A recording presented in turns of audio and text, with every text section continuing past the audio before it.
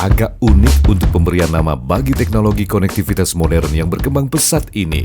Dan tidak ada sama sekali sangkut pautnya dengan gigi yang berwarna biru. Tapi pemilihan nama ini juga gak asal-asalan. Bluetooth.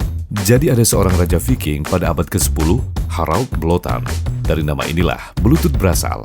Blåtand jika diartikan ke dalam bahasa Inggris memiliki arti Bluetooth. Karena keberhasilannya menyatukan Denmark dan Norwegia, para penemu teknologi merasa bahwa nama ini cocok karena teknologi Bluetooth juga bertujuan untuk menyatukan berbagai perangkat elektronik. Simbol Bluetooth juga terinspirasi dari rune atau huruf kuno Jermanik yang merupakan inisial nama Harald Blåtand. Simbol ini mewakili huruf H dan B dalam alfabet rune.